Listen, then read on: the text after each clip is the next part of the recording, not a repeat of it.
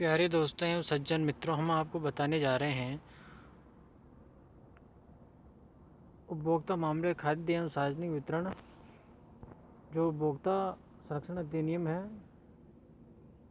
2019, उसके बारे में हम आपको संक्षिप्त जानकारी देंगे। संक्षिप्त नाम और प्रारंभ। इन नियमों का संक्षिप्त नाम उपभोक्ता संरक्षण उपभोक्ता विवाद परितोष आयोग के तहत है। ये जुलाई 2020 को प्रवर्तित हुए हैं। परिभाषाएं। इन नियमों में जब तक कि संदर्भ की अन्यथा अपेक्षित हो, इसी के संदर्भ में हम आपको बताएंगे। उपभोक्ता संरक्षण अधिनियम 1986 लागू हुआ था पहले, उसके बाद में 2019 में संशोधन आया इसका। राष्ट्रीय आयोग की कार्य दिवस और कार्य समय, मोहर और प्रतीक। राष्ट्रीय आयोग की बैठक। विश्लेषण और परीक्षण के लिए राष्ट्रीय आयोग द्वारा वस्तु को अधिप्रमाणन की पद्धति। राष्ट्रीय आयोग का नाम, पता, वार्ड संख्या और राष्ट्रीय आयोग की आधिकारिक मुहर। और शिकायत दायर करने के लिए शुल्क। धारा 35 की उपधारा 1 अथवा धारा 47 की उपधारा 1 के खंड के उपखंड और फर्स्ट सेकंड अथवा धारा 58 की उपधारा 1 के खंड के उपखंड और के अधीन दायर की गई प्रत्येक शिकायत के साथ जिला आयोग के अध्यक्ष अथवा राज्य आयोग के पंजीयक अथवा राष्ट्रीय आयोग में पंजीयक जैसा मामला हो के पक्ष में किसी राष्ट्रीयकृत बैंक पर देय रेखांकित डिमांड ड्राफ्ट के रूप में अथवा रेखांकित भारतीय पोस्टल ऑर्डर जो उस स्थान पर देय हो। पोस्टल ऑर्डर का शुल्क लगेगा आपके जिला आयोग में 5 लाख रुपए तक, 5 लाख रुपए से अधिक या 10 लाख रुपए तक जो शुल्क लगेगा 200 रुपये, और 10 लाख रुपए से अधिक और 20 लाख रुपए तक 400 रुपये, 20 लाख रुपए से अधिक और 50 लाख रुपए तक 1000 रुपये, 50 लाख रुपए से अधिक और 1 करोड़ रुपए तक 2000 रुपये। फिर बढ़ते आएंगे राज्य आयोग में। राज्य आयोग में 1 करोड़ रुपए से अधिक और 2 करोड़ रुपए तक 2500 रुपये, 2 करोड़ रुपए से अधिक और 4 करोड़ रुपए तक 3000 रुपये, 4 करोड़ रुपए से अधिक और 6 करोड़ रुपए तक 4000 रुपये, 6 करोड़ रुपए से अधिक और 8 करोड़ रुपए 5000 रुपये, 8 करोड़ रुपए से अधिक और 10 करोड़ रुपए तक 6000 रुपये। राष्ट्रीय आयोग 10 करोड़ रुपए से अधिक 7500 रुपये। ये है इनका शुल्क।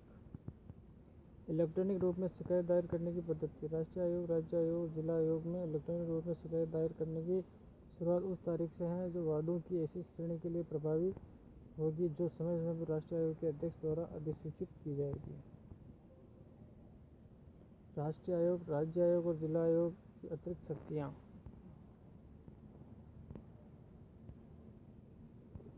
ऐसे उपभोक्ता जिनका आसानी से अभिनिर्धारण नहीं किया जा सकता है को हुई हानि अथवा क्षति के लिए देय राशि को जमा कराना।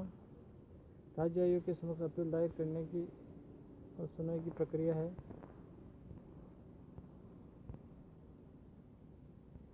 राष्ट्रीय आयोग के समक्ष शिकायतों के संबंध में प्रक्रिया क्या है। शिकायतकर्ता का नाम, विवरण और पता। प्रतिपक्ष अथवा पक्षों जैसा भी मामला हो जहां तक उन्हें निर्धारित किया जा सके का नाम, विवरण और पता। शिकायत से संबंधित तथ्य और वे कब एवं कहां उत्पन्न हुए हैं। शिकायत में लगाए गए आरोपों के समर्थन में दस्तावेज। शिकायतकर्ता द्वारा दावा किया गया अनुतोष। उपनियम 1 के अधीन की गई प्रत्येक शिकायत के साथ नियम 7 में यथा विनिर्दिष्ट शुल्क जमा कराना होगा। राष्ट्रीय आयोग उसके समक्ष दायर किसी शिकायत का निस्तारण करते समय उसके द्वारा आवश्यक समझे जाने वाले आशोधनों के साथ धारा 37 और 38 के अधीन उपबंधित प्रक्रिया और शर्तों का पालन। तो सबसे पहले जिला आयोग, फिर राष्ट्रीय आयोग और उसके बाद फिर राष्ट्रीय आयोग में शिकायत आप दर्ज करा सकते हैं और उनका निर्धारित शुल्क है वो आपको देना पड़ेगा। राष्ट्रीय आयोग के समक्ष अपीलें। जहां धारा 51 के अधीन कोई अपील दायर की जाती है, अपीलकर्ता द्वारा जमा की जाने वाली राशि जो कि उक्त धारा के दूसरे परंतुक में विनिर्दिष्ट पंजीयक राष्ट्रीय आयोग के समक्ष किसी राष्ट्रीयकृत बैंक के रेखांकित डिमांड ड्राफ्ट जो नई दिल्ली में देय होगा के रूप में प्रेषित की जाएगी। राष्ट्रीय आयोग के समक्ष अपील दायर करने की समय की प्रक्रिया है। फिर बढ़ते आगे इसी क्रम में राष्ट्रीय आयोग में सदस्यों की संख्या। राष्ट्रीय आयोग में 1 सदस्य तथा न्यूनतम 4 सदस्य और अधिकतम 11 सदस्य, जिनमें से 1 महिला सदस्य भी सम्मिलित होगी। राष्ट्रीय आयोग की बैठकें और आदेशों पर हस्ताक्षर करना। उच्च न्यायालय के समक्ष दायर की गई अपीलों के लिए शुल्क जमा कराने की पद्धति। राज्य आयोग द्वारा जानकारी प्रस्तुत करना। अनुसूची 1 इसमें नियम 18 कार्यान्वयन की वर्तमान स्थिति, तिमाही कार्य निष्पादन रिपोर्ट। राज्य आयोग और जिला मंचों की स्थापना। इसके संदर्भ में पूरी प्रक्रिया दे रखी है, आप चाहो तो उसका स्क्रीनशॉट ले सकते हो, देख सकते हो और इसी प्रक्रिया को समझ सकते हो। राज्य आयोग और जिला आयोग का कार्य का निष्पादन। स्थापना काल से दायर किए गए कुल मामले, निपटाए गए मामले, निर्धारित समय मानदंडों के भीतर निपटाए गए मामले, लोक अदालत पद्धति के माध्यम से निपटाए गए मामलों की संख्या। पूरा स्ट्रक्चर है, आप इसका भी स्क्रीनशॉट लेकर के रख सकते हो। BIS प्रशिक्षण संस्थान में राज्य जिला स्तरीय अधिकारियों का प्रशिक्षण। कॉन्फोनेट के अधीन प्रशिक्षण, अध्यक्ष तथा सदस्य, अन्य स्टाफ, अन्य कोई प्रशिक्षण।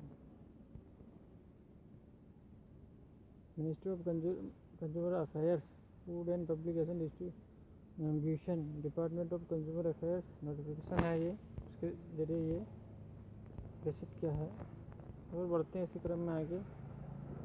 और ये जो हमने बताया था हिंदी वर्जन और इंग्लिश वर्जन भी इसमें आप देख सकते हो समझने के लिए। डिस्ट्रिक्ट कमीशन, स्टेट कमीशन और नेशनल कमीशन, इसकी जो चार्जेज हैं वो इस प्रकार आप देख सकते हो।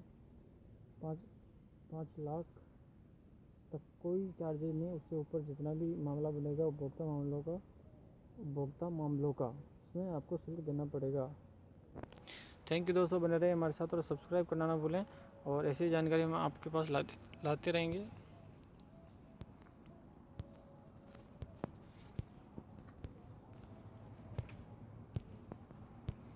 आपका प्यार हमें कमेंट बॉक्स में